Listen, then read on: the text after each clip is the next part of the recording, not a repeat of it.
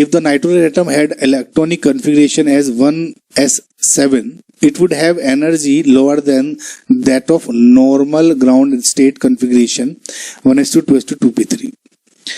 Because the electron would be closer to the nucleus, yet 1s7 is not observed because it violates.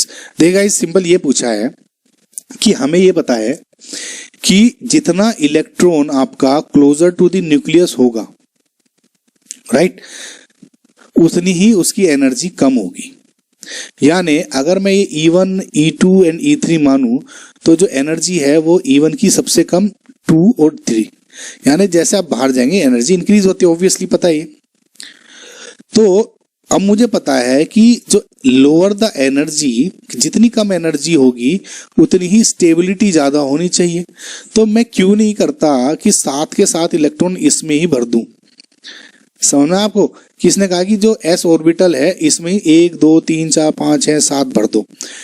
क्यों नहीं करते हम ऐसे? हम ऐसा क्यों करते हैं कि 1s2, 2s2 एंड 2p3 इस तरह भरते हैं? ये ऐसा क्यों है? किस रूल को वॉयलेट करता है? वॉयलेट करता है बेसिकली गाइस, क्या हाइजेनबर्ग अनसर्टेनिटी प्रिंसिपल को? नो।